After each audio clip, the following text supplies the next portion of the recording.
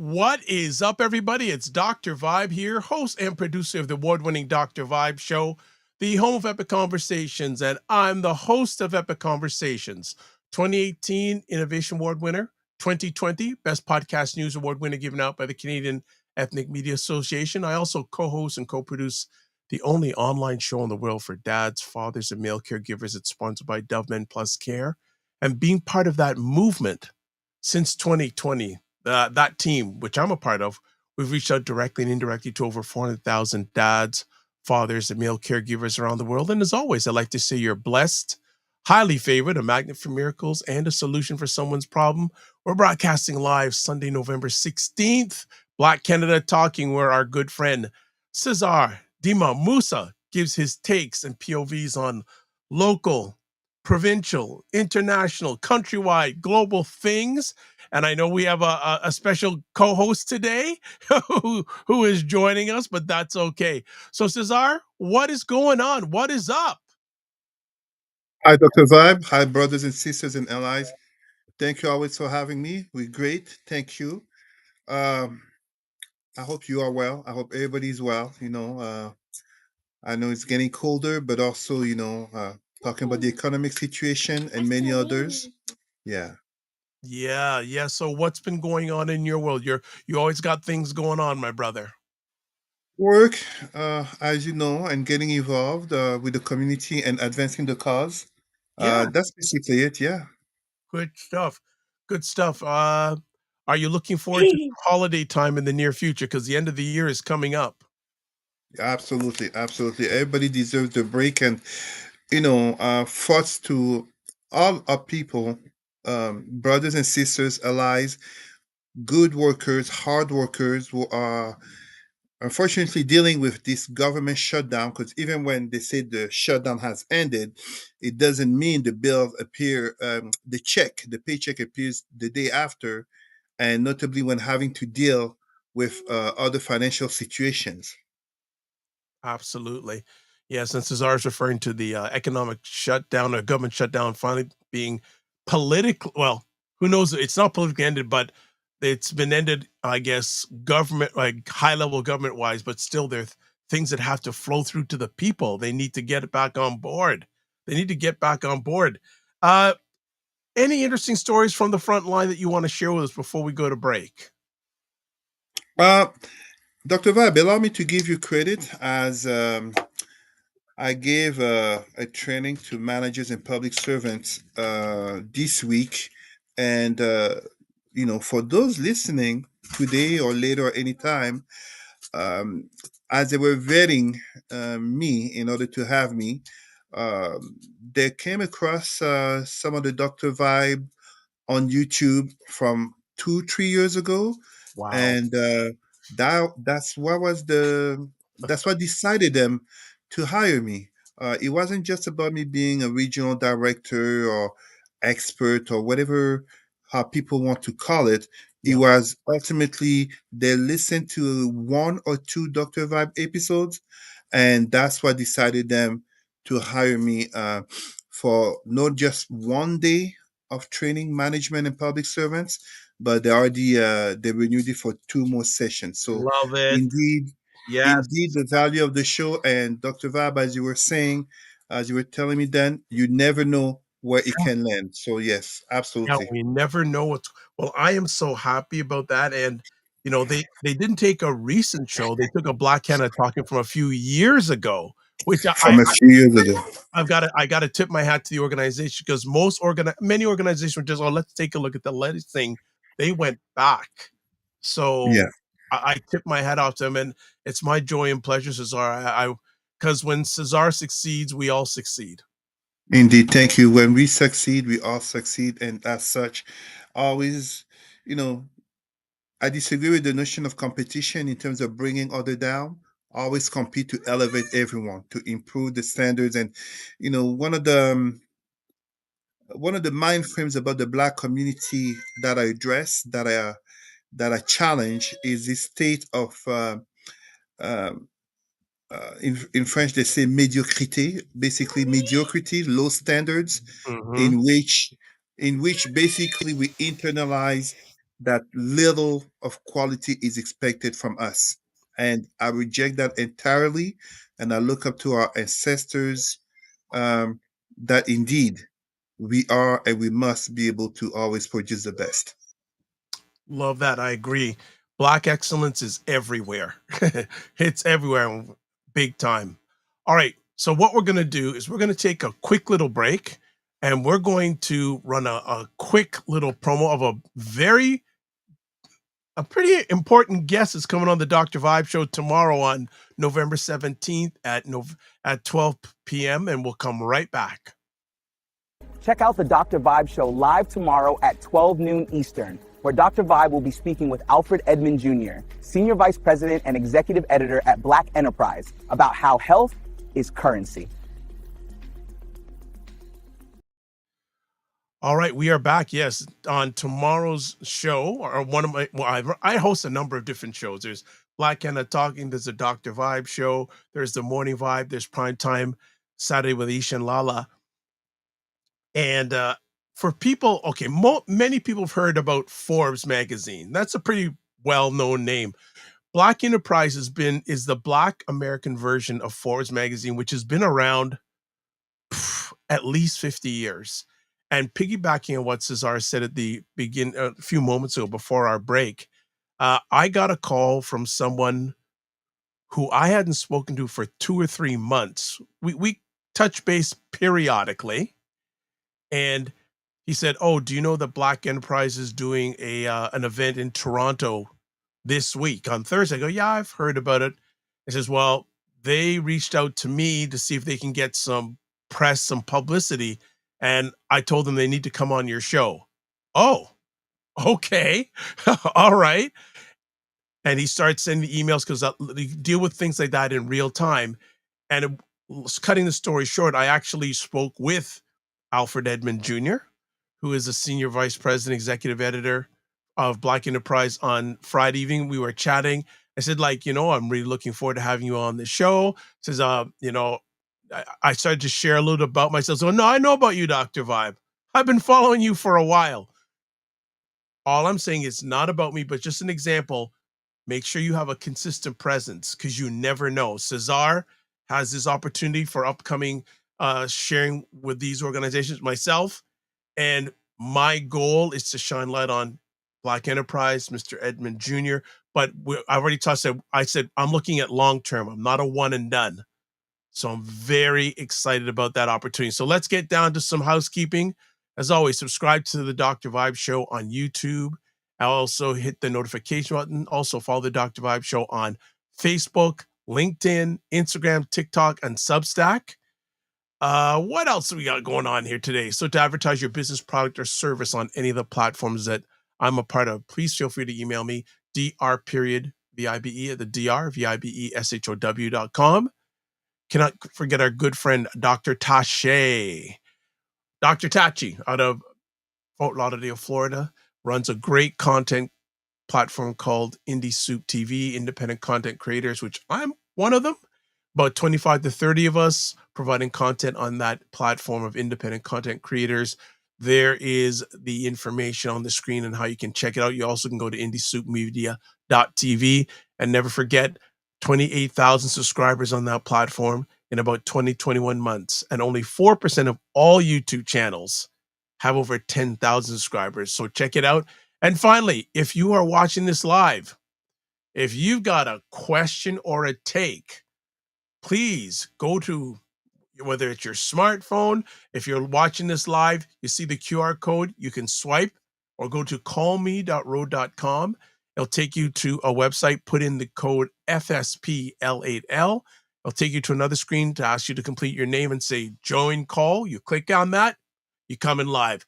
All right. So what we're going to do is we're going to show a little intro, raising the bar a bit to give a little context to each one of the stories that we're going to be chatting about today. So we're going to show something really quick about this first story.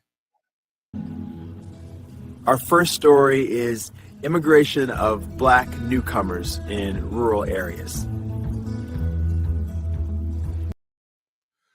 All right, so Cesar, kick it off with immigration of Black newcomers in rural areas.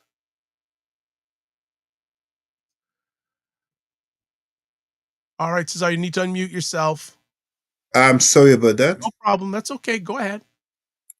So, indeed, it is the topic of what I'm presenting to these management and public servants in rural areas. Um, the changing demographics cannot just be to receive immigration in urban centers. In terms of Canada, that would be, the corridor of pretty much Montreal, Ottawa, Toronto, GTA, Windsor. Uh, it cannot. It's not sustainable.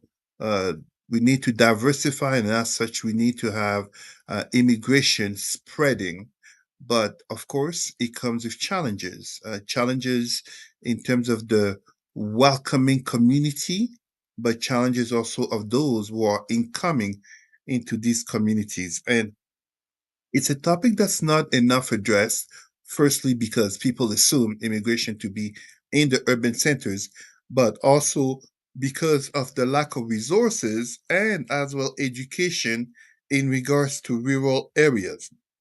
The first thing I would like to point out is to be careful to fall into biases or lenses of the unwelcoming nature of rural areas. Absolutely, more white, more Christian, more conservative, and yet that still does not mean more racist than urban centers. However, it is true there is lack of resources that occur, and as such, educating those in organizations and institutions that are welcoming newcomers to do a better job, more cultural awareness, but to also be better equipped, have better toolkits. However, let me also add a failure that too often tends to be made is also to welcome immigration with a lack of integration in terms of the resources, such as I was talking, like housing and such, and also lacking the time for adaptation, such as education on culture, history, etc., for the newcomers to have an easier fit in, just as for the welcoming communities to better welcome, but also when we know certain demographics from certain parts of the world to be better educated on welcoming them. So that's something I would say uh, in terms of the importance, because as everybody I think would have noticed, there is a white lash, aka a backlash against EDI, social justice, but notably Black progress and Black voices can't just be addressed by pointing fingers or just calling people racist. Sometimes people are not racist. They may be ignorant, but racist requires an intention per se. And as such, I think the education, the time, but to educate on both sides goes a longer way. All right, Cesar, I want to go a little bit deeper with you on this. Do you feel with the current system that Black newcomers that are basically forced to go to rural areas to start up? Mhm. Because I know a number of people from the Toronto area, they came to this country, go to places like Saskatchewan, Alberta. Do you feel that the infrastructure is there for them to succeed going to those places? So before I address that, let us remember a message I've always had, and you also have, Dr. Vibe, the development and empowerment of Black communities from within. Less expectation in terms of the federal, provincial, and even municipal governments, but very much Black communities developing, empowering themselves in terms of each and every man, woman, and child, and thus families and communities. And this was very much a model that was done when we look at African American ancestors from 100 years ago, such as Black Wall Street, Rosewood, etc., that became so successful that white supremacists attacked them. So that's from within, FUBU, for us, by us.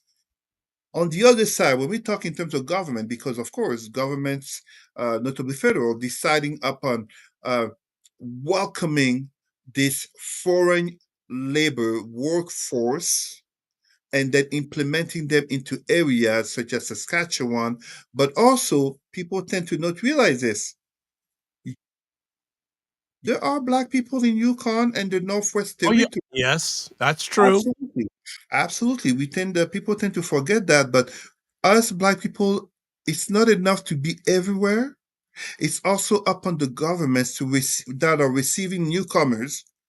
By newcomers, Black, Asian, Middle Eastern slash Arab, uh, white newcomers, to make sure that infrastructures are there. Because if it's not, what we end up seeing is such a thing as what has happened in terms of the Indian community in Brampton, where talks have been made in terms of from stealing the job to changing the demographics of Brampton to a surge of racist comments online, but even behaviors against the Indian community. And of course, who can forget about the association of immigration with lack of housing? Absolutely not true. But this is what happens when communities become under tension due to lack of minimizing resources and not proper planning has been done between the state of the community itself and the incoming people that are being brought here, having been sold the better life and etc.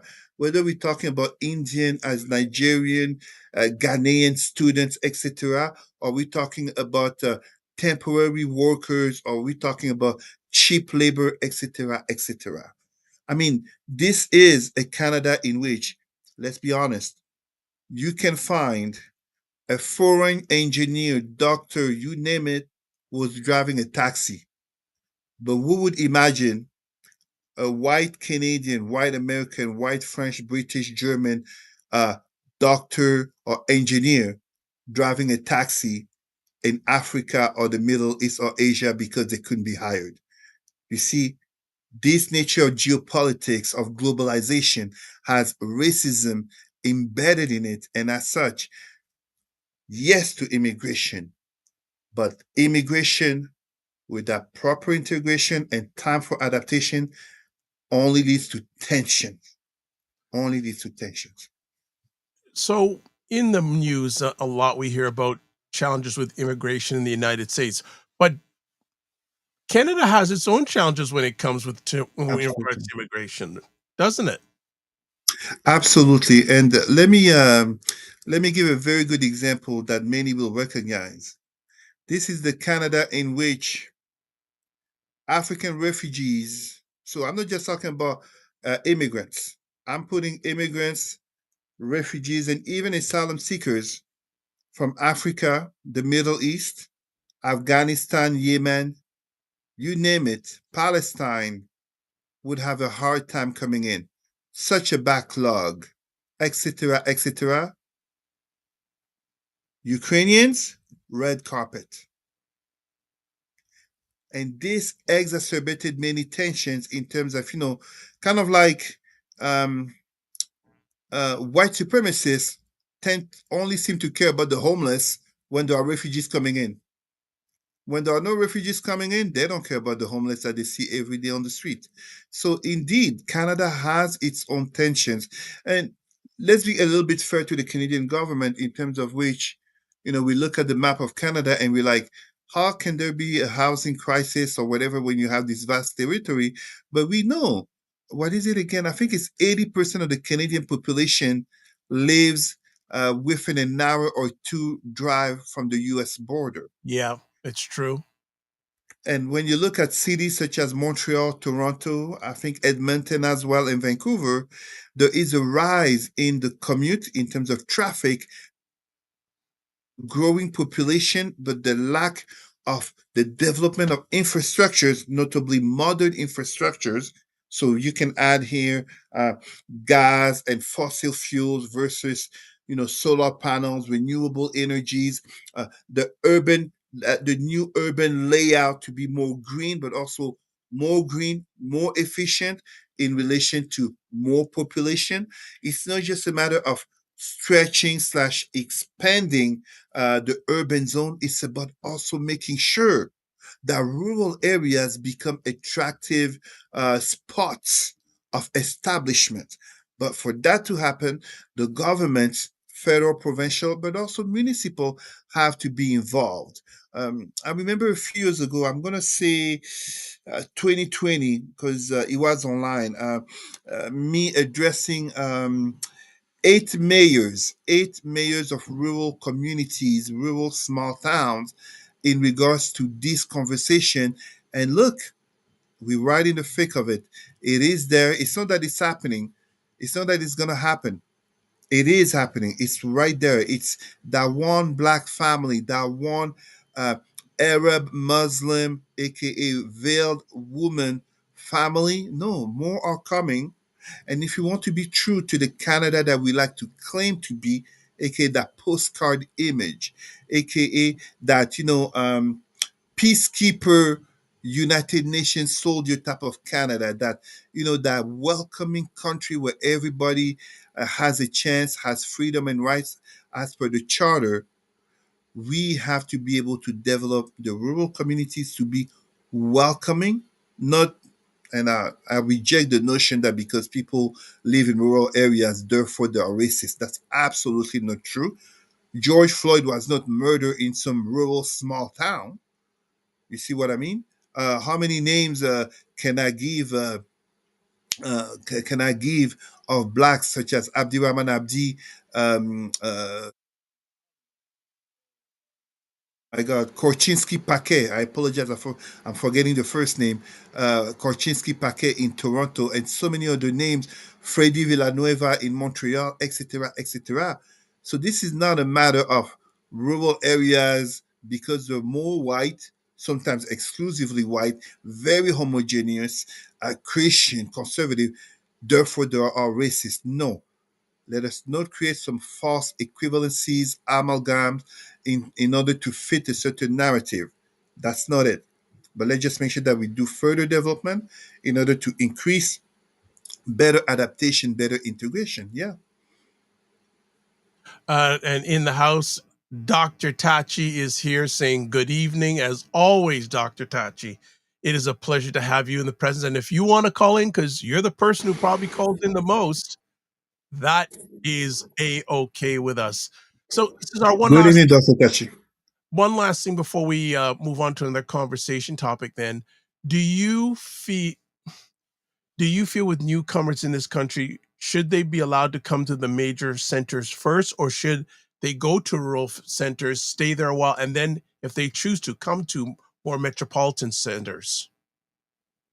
Rather, to be quite blunt, we need to have ways that not only do they come first to the urban areas, but also that they establish themselves into the urban areas.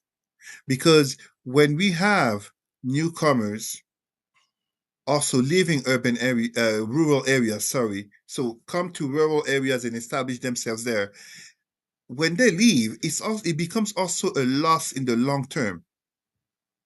The white, generally speaking, this is statistically proven, the white population is aging. So when we hear the Canadian population is aging, that's true, but even more the white population. There is a demographic boom among black population, Arab, Middle Eastern, indigenous. The white population is aging, and as such, it should not be that people become doomed living in rural areas, having to go to urban areas that are tending to be overcrowded. You look at Ottawa now. Ottawa now has traffic jams on Sundays. Hard to imagine. Sure, it's the capital of Canada, but Ottawa having traffic jams on weekend was unheard of, and now even on Sundays. So no, we need to develop these rural areas in the same sense as to recognize that living in an urban area does not mean that all will be well and perfect, even though there are more resources. But as I was saying, George Floyd didn't get killed in some rural area. Regis Korchinski Paquet, that was in Toronto, as Abdirahman Abdi, that's in Ottawa, Freddy Villanueva, that's in Montreal. So many examples that we can give in which one is not absolutely perfect and one is not absolutely flawed. Let us spread, let us diversify, let us reduce the zones of tensions, of high risk. Let us reduce the zones in which we can create a better heterogeneous nation in which whether one choose or is able, because very often it's not so much a matter of choice, it's a matter of being able to, rural or urban, they can do so knowing they can find the resources, they can thrive and be happy independently of the background, just as of the skin color, and I dare say, even of the profession. If I give a last example, look at the ongoing crisis right now in Quebec with the doctor situation, in which over 300 Quebec doctors have applied to come work in Ontario and outside of Quebec. Look at the similar situation in the United States under Trump 2.0, in which many medical professionals, but also academics, have applied to come work to Canada. Those are the people who can. What about all the other people who can't? And we're talking about, for example, doctors in Quebec. What about that family, newcomers to Canada? Because they're not newcomers to Quebec per se. If I take the example of Quebec, Black newcomers are assigned to Quebec because of French language. But then the climate of racism, the nature of Quebec politics, they'd like to leave, but they can't because they don't speak English.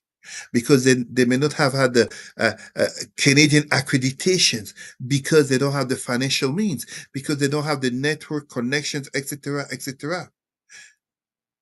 If we did have a better society in which the doctor doesn't have to move out of fear, imagine the newcomer, what they may be going through, but they just don't have the means nor the connections to be able to move.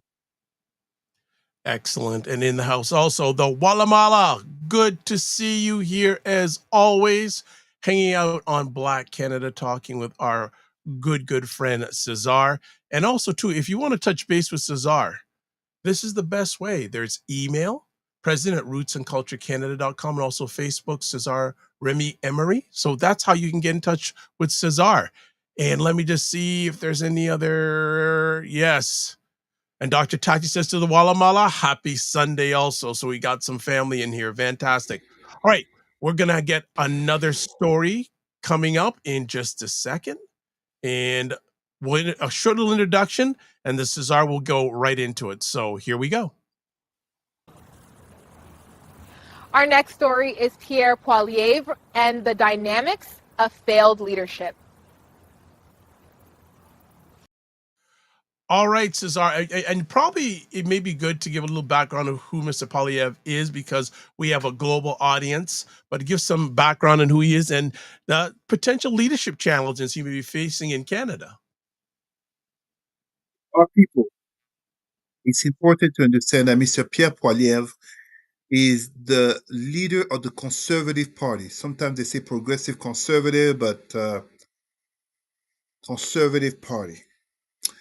He is the leader of the official federal opposition in Canada. But where it becomes even more interesting are two things here. Mr. Poilievre and his party reject EDI. So in the United States, you say DEI, diversity, equity, inclusion. In Canada, we usually use EDI, equity, diversity, inclusion. I personally, as a professional in that field, I do not do inclusion, I do inclusivity. I invite you to learn the difference. I teach this. The other thing that's very interesting is that Mr. Poilievre, earlier in the year, if I recall, the springtime elections, lost his traditional seat in the Ottawa area, Ottawa, the capital of Canada. It was a shockwave. He was rejected by his voters despite being the leader of the official opposition. And as such, months down the road, he ended up being re-elected in a riding in Alberta, a very conservative province, riding that was already acquired to the conservative cause. thus his return to parliamentary politics. But the situation that's happening is that in the context of the passing of the Canadian budget, so Canadian federal budget, the current Prime Minister, Mark Carney, former governor of the Bank of England, as former governor of the Bank of Canada, and former advisor to the former Prime Minister, Justin Trudeau, has tabled a budget which basically his minority position is actually short of three members in order to pass. And if I'm not mistaken with the numbers, that is, Mr. Poilievre management style as a leader, so leadership style, has suffered the change of political allegiances of one MP, member of parliament, just as in England, just as in Great Britain, and another one who has resigned. And the expectations are that others may, but are likely to follow suit, aka there's little doubt among political analysts, other political analysts that I watch, that I listen to. There's little doubt that this budget will go, notably as no party, especially the NDP, the New Democratic Party, has no interest nor benefit in going into elections, as they lost the official opposition party um, title, finding themselves reduced to 7 members, but being $23 million in debt from the last elections. So they have no interest in voting against this budget. The question of leadership for Mr. Poilievre becomes even more interesting as end of January he's bound, I mean it is already scheduled, to face a vote of confidence from his own delegates of the Conservative Party. And this basically means a vote of trust in his leadership or not. And as we are coming close to January, losing two MPs, and it's important to understand why. The MP will switch allegiances. Dr. Vibe, you helped me here, but the story is a rejection to the leadership style of Mr. Poilievre. But even the one who resigned, it is the same thing. Leadership style, but also of his chief of staff, that is very much toxic. It's very much kind of like imperial, dictatorial. And it's interesting here as it's notably mentioned that conservative MPs in Quebec have more freedom of reign than the ones in the rest of Canada, as the conservative struggle so much in Quebec, and Quebec having this unique statute in Canada in terms of being uh, the francophone province. To make it even more interesting, if I dare say, more and more calling out the fact that Mr. Poilievre got to be again leader of the official opposition in what many see rightfully as a mockery of democracy, aka he got defeated in his riding where he had been for 20 plus years, and he was just put into a safe riding to ensure his reelection, basically cheating the voters. So when you add this, when you add the MPs of his party were left, and then you add that he himself talked about not wanting nor agreeing to change his leadership style, it keeps adding to the notions of cause of resignation of himself as the leader of the official opposition. Oh, Dr. Vab, you're on mute. Sorry about that. Do you see that by the end of the year? I don't see Pierre Poilievre, and I'm not here making some type of character judgment per se. I oppose Mr. Poilievre because, for one, um, he opposes EDI. So, as an EDI professional, expert, as some say, how can I support the men who oppose what I stand for, not only professionally, but also in terms of values? However, one or more, whether it's one or two or three more conservative MPs switching allegiances, to me, he would be doomed. It would be very hard, and I say this with respect to what we've seen about about American politics in terms of so many times a certain orange man, aka Donald Trump, has been written off just for him to still be there. But Canadian politics are not American politics. And to go further, when we think about what it took for Andrew Scheer and Erin O'Toole, former conservative leaders since the departure of Stephen Harper in 2015, when we see what it took for them to be shown the door of the party leadership, it pales in comparison to what is increasing for Mr. Poilievre. It really pales.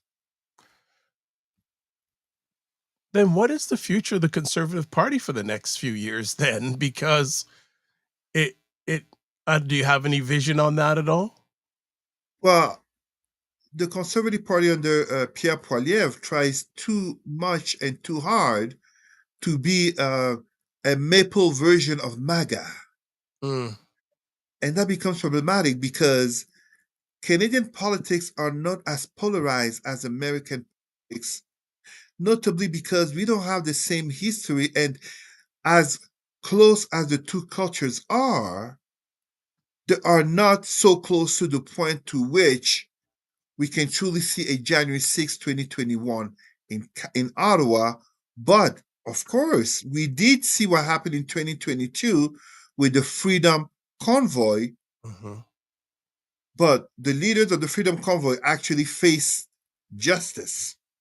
No matter how we can disagree with the sentencing, they did face justice. And let us not forget that majority of Canadians did not approve of the Freedom Convoy. Those radical or radicalized who participated in such were answered quite much by the federal government right away.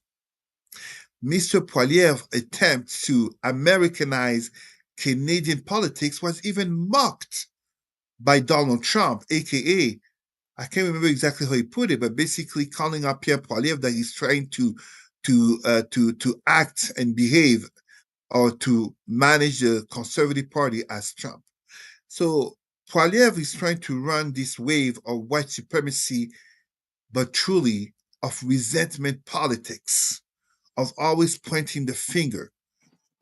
Let's not forget that Mr. Poilievre very much fits into the narrative that Donald Trump is trying to assign to Zoran Mamdani, the newly elected mayor of New York, aka this guy has never worked a day of his life. Mr. Poilievre has been an MP since his mid-20s. True. If we look in contrast to Ontario's prime minister or even the premier of Quebec, these men are former businessmen. Right. These men have run businesses and they actually did work even before running businesses, which is, like them or not, and right now the CAQ, the CAQ, Coalition Avenir Québec of Mr. Legault in Quebec, is quite unpopular, but none is rejecting that they do have experience and they have earned the right to the position. While for many, and I'm saying many, I'm not talking about people who are necessarily supporting the Liberal government, but many, even on the right, Mr. Poilievre is not seeming like the right fit, not just for prime minister, but even for leader of the opposition party.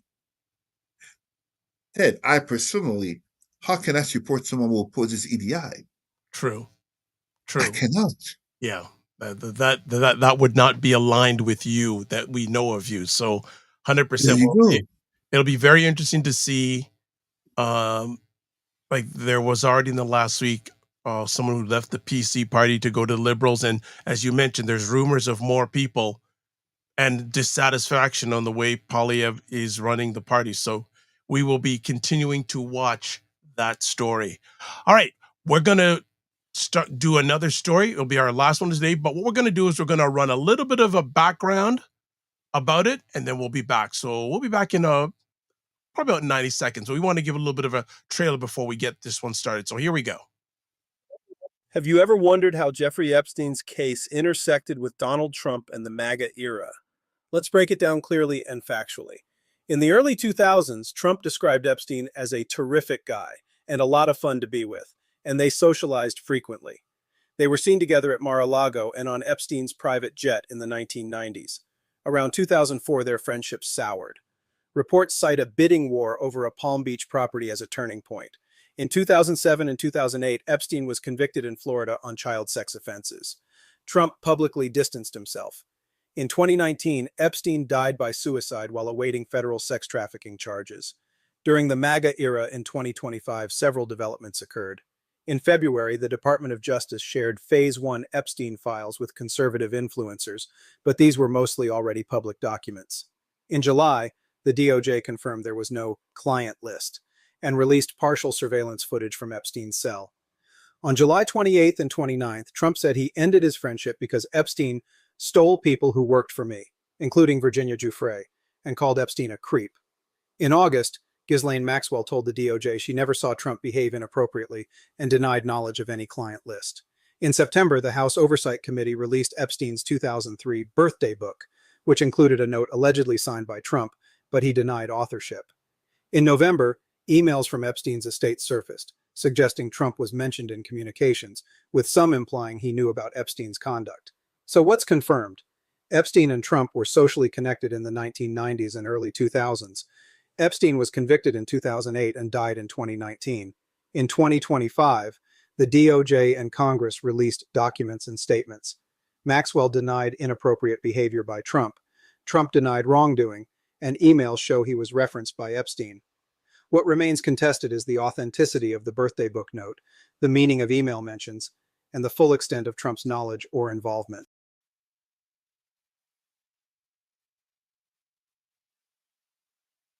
The president of the Cesar Ndema-Moussa fan club, Michelle, is in the house, and she says, "Bonsoir, Cesar and Dr. Vibe." Bonsoir, Michel. And please allow me to say it's nice to see you, Michelle. I hope you're well because you had been some time. So I was wondering, where was Michelle? Is There everything you okay? So go. I am very glad to see your message, Michelle. I hope you and your family as well are well. Okay. We already at the end of the year, but each year, it's a privilege to be alive, and it's a privilege to have people who remember us. Thank you for your message. Fantastic. And we have and she goes, "All is quiet on the rural front, thank you." She goes, it says she was having issues with her mom, but those have been resolved, so Oh, okay. she has been focused now. So let's get to our last conversation piece for today, which is 47 and MAGA, Epstein and sex trafficking as pedophilia. Cesar, go for it. So allow me to congratulate the video piece you just played. It was very well summarized. Thank you. Um, Look, there is an English expression, and you know me and English expressions. I love them, but I'm really bad at telling them. I think it's pot calling the kettle, something like that. Pot calling the kettle black. There you go. Uh, in this case, pot calling the kettle white, of course. This is one of those white on white crime type of stories in which Donald Trump is being caught up by his own tongue, aka he and the MAGA movement were the ones who were brandishing the Epstein file that there's some big elite conspiracy going on. And now, who is the one most embroiled in it? Trump himself. Pam Bondi as Valhalla, that's what I like to call him, Valhalla Cash Patel. They basically came up there to the front scene, to the national and even international scene, screaming about pedophilia, sex trafficking, and justice in regard to the Epstein's files. And now suddenly, Attorney General, FBI Director, oh, they're playing what is definitely seeming like cover up for Trump. And I'm saying seemingly like because Trump's own behavior for someone who would claim to have nothing to do or nothing wrong to address is incoherent with someone innocent of something. He's basically raising suspicions himself. To go further down the road, we must not forget here that Trump himself does have a history with women, notably younger women, from grabbing them uh, at the genital parts, grabbing the privates, salacious comments, him being documented by notably, I think, Miss Universe pageant woman as being creepy, just entering the change rooms and other such. I am absolutely not trying to add or to feed any conspiracy or any what some may think of as slander, but all of this is documented, just as is documented the action of statutory sexual assault, which many call rape, of E. Jean Carroll. And let's not forget who is a chronic liar. Who is a chronic liar that, someone who is chronic at whatever they do, it becomes not just second nature, but it becomes first nature. It's part of them. An alcoholic is not an alcoholic because it's 4 p.m. A junkie is not a junkie because it's Saturday night after the club and therefore they must do a lie. A chronic liar lies despite all facts, as Trump is doing, example regarding the economy, best economy ever, exit. Even the MAGA people are starting to see that they're being taken for fools, aka they're being taken as sheep to the slaughterhouse to put him back to power, aka I will bring the economy on top and all that. And nope, that's not the case. So he is not credible himself in his denial of suspicions. I'm not even saying accusations, of suspicions towards him. It's so incoherent from a man who basically said he cut off relations with Jeffrey Epstein because he was a creep, and yet it's being revealed that no, they didn't end relations just because of a property. And to go further than that, let us not forget something very important here. Because, I don't do theories, and I'm definitely not, I never thought of myself as a director of some movie script. But let us connect the dots the way it's looking like to me.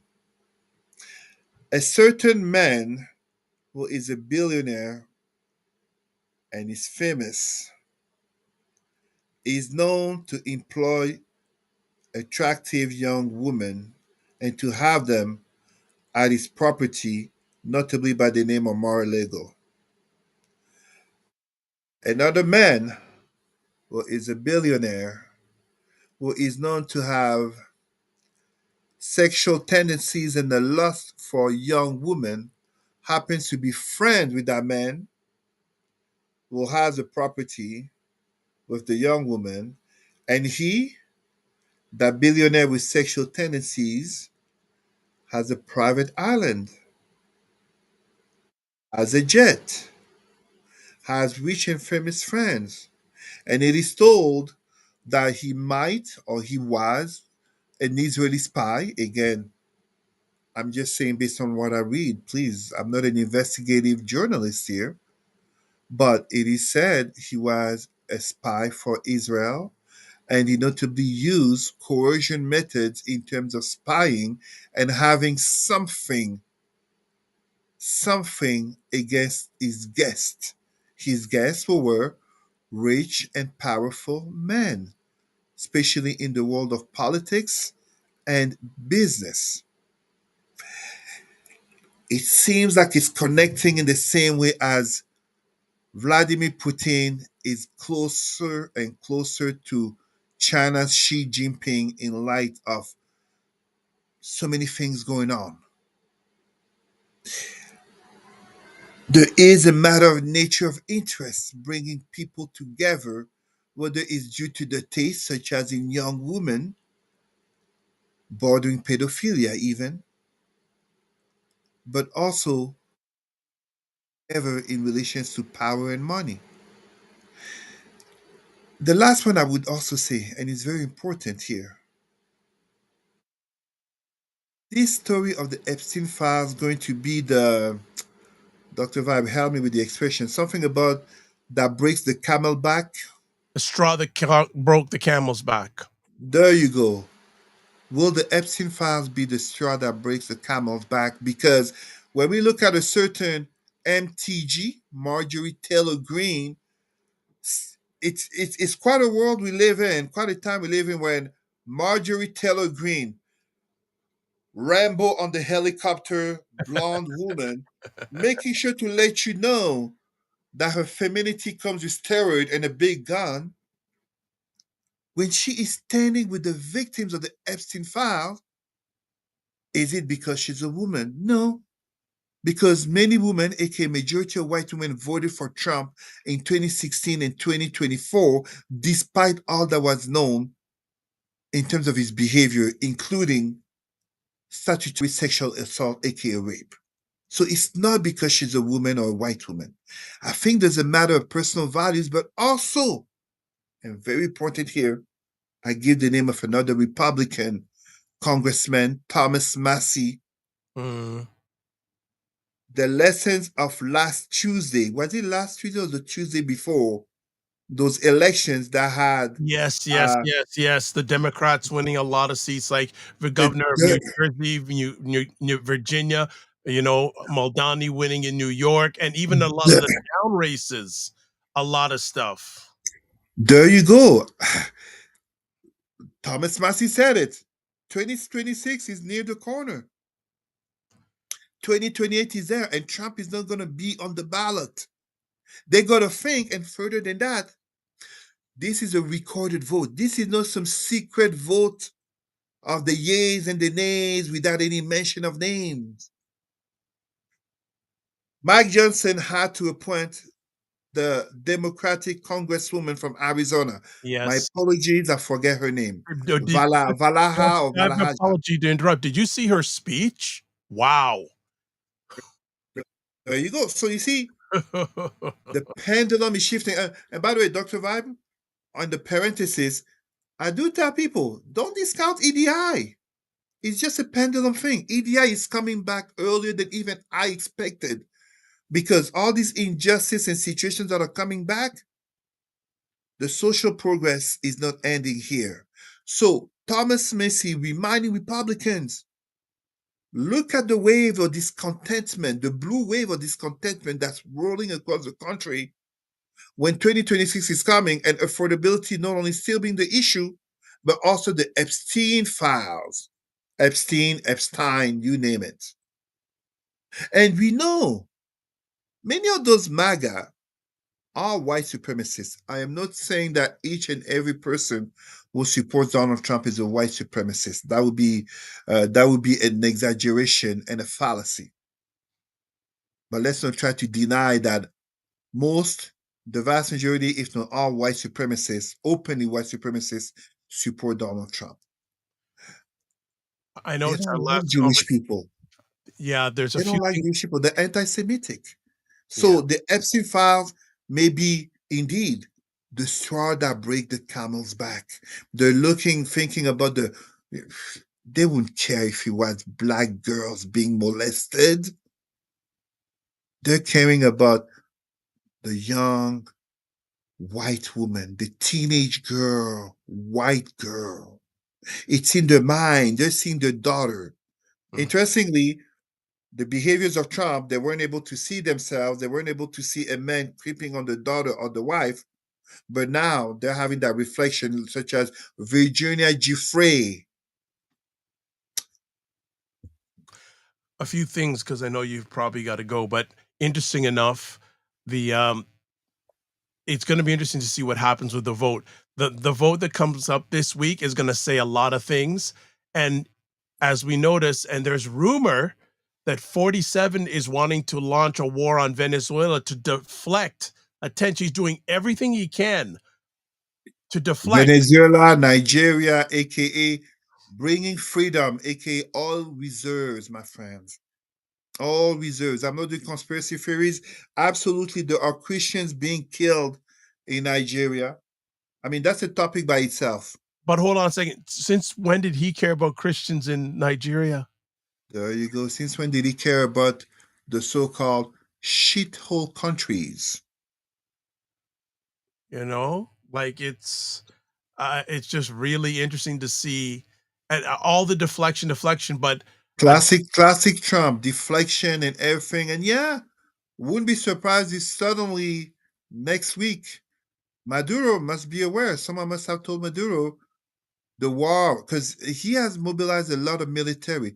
Anything to distract and deflect from what is coming off more and more as such a not just hot but burning topic. Because you see, the elections, the government shutdown, Charlie Kirk, you name it, Epstein files, Epstein files, Epstein file, Epstein file. It keeps coming. well, there's a commentator, a gentleman named Scott Galloway, and I watch him periodically, and he said something interesting a few weeks ago, that the two most powerful people in the world are, one, the current president of the United States, and also a gentleman who's dead. The man and the ghost. Right? A man who is no longer alive, and just all the stuff, and people like Lauren Boebert. They called Lauren Boebert to the Situation Room. Yeah. That's only for war. Like when a war is happening, to try to get her on his side. So it's going to be very interesting in a week's time where this leads, and will this be his downfall? He has been able to fight everything else, and you were talking about E. Jean Carroll. He has now gone to the Supreme Court to try to turn that case. Oh, of course. But the Supreme Court also pays attention to the mood of the people, also pays attention to where the pendulum is swinging. I mean, let's be honest. 60 years ago, in terms of Civil Rights Act and, a civil rights movement, Dr. King and even Malcolm X were able to mobilize more and more white people, notably thanks to a new technology, aka television.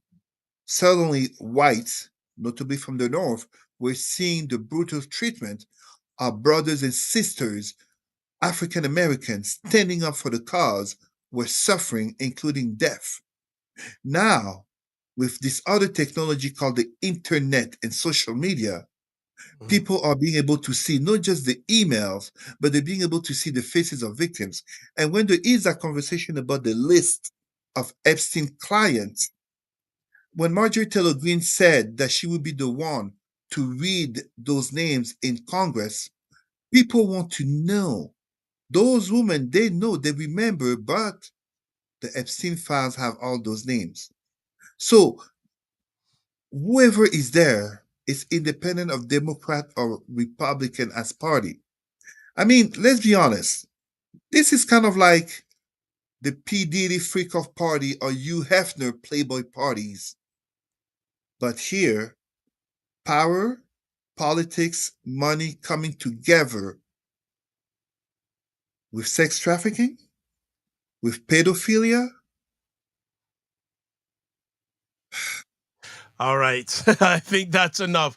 Cesar, I want to say, as always, thank you for taking the most important thing in your life and all our lives, your time to hang out with us today. What do you have coming up in the near future? Well, interestingly, I have Tuesday. I'm delivering two conference talks on the aspect of identity and why does it matter. As we were talking about newcomers, we're talking about marginalized communities that include poor white people, that include people with disabilities, whether they be physical, mental, or invisible. But of course, race, gender, sexual orientation, etc. But notably on the matter of identity in terms of the public servants to be better educated in understanding the identity. Example, uh, making sure that people understand there's nothing wrong with being white, but you cannot claiming to be British or Italian, but not white. That's not true. Okay. And further to that, next week we will not be having a show. I've been invited to Dubai for an international summit. Very nice. Uh, an international summit. So I'll be going to Dubai for a week uh, regarding an international summit on technology innovation as one of the companies that I am shareholders in.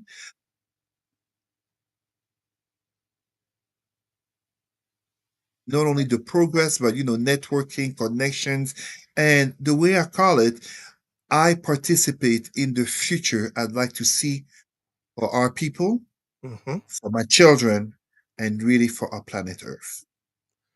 Have you ever been to Dubai before?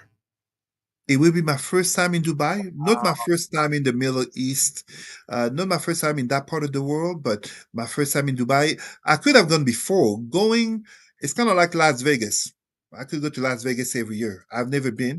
I never had it. I never had a reason to go. I am not one who enjoys. I mean, now I have a family, so sometimes you got to take vacations in the name of vacation. But I am not one who enjoys traveling just for the sake of traveling or just because I financially can. No, I need to have a purpose. I need to have, and furthermore, now with a family and a child, why would I go to Dubai without a purpose? I am not an influencer, and I absolutely, um, you know, I love modern cities and skyscrapers and all that stuff. I've been in all of those before, but yes, it's for a purpose and it's important enough. And, you know, um, being invited to an international summit, me, that's the type of Yeah. things that I like. Don't invite me to a freak off or to a Epstein Island or Playboy party. Like, I wouldn't even understand why you would invite me. I would feel insulted. I would feel insulted. Like, why? But international summit, something that matters. Human rights conference. Addressing systemic racism. You know, you you know. I'm a sapiosexual. Some people say that I'm a sapiosexual. So yes, that's what calls me, and I'm a Pan Africanist. So here I am. Yeah.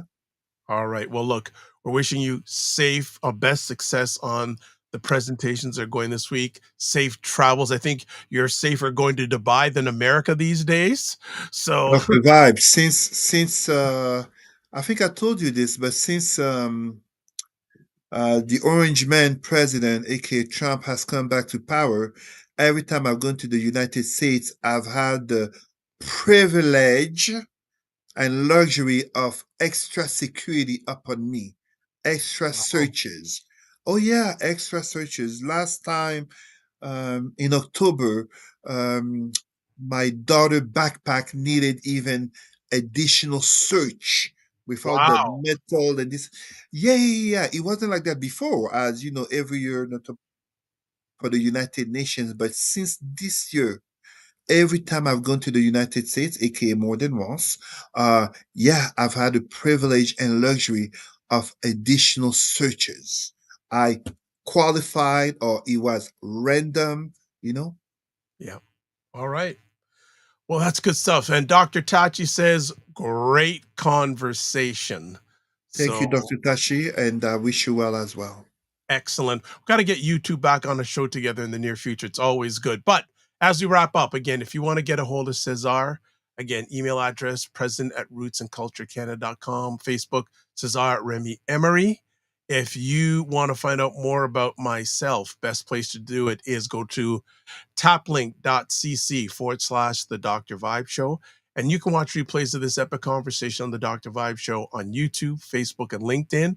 Also, the website, thedrvibeshow.com. So, as always, this is how we end off. Live your life as a dream. If you can dream it, you can make it. Sometimes you have to get small to get stronger. Block assumptions, aim bigger, aim better, aim higher, aim wider. Love, faith, and respect.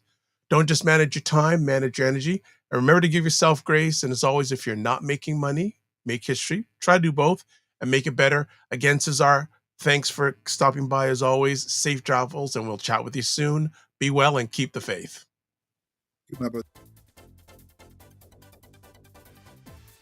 Just take a quick moment. Yeah. You just introduce yourself. Let Dr. Vibe welcome you into the show. As I told you, Dr. Vibe. No. I welcome. I'm really good to have you here. I didn't want to. You were on a roll. I didn't want to interrupt. You were on a roll, but In an world created by whites, dominated by whites, run by whites, and you're a billionaire, bro. FYI, I don't. It's probably the first time of the year that I use the word bro. yes, it is. That's the first time, as long as I've known you, you used it. My daughter would laugh. But for many people, the economy ain't great. There we go. I saw that.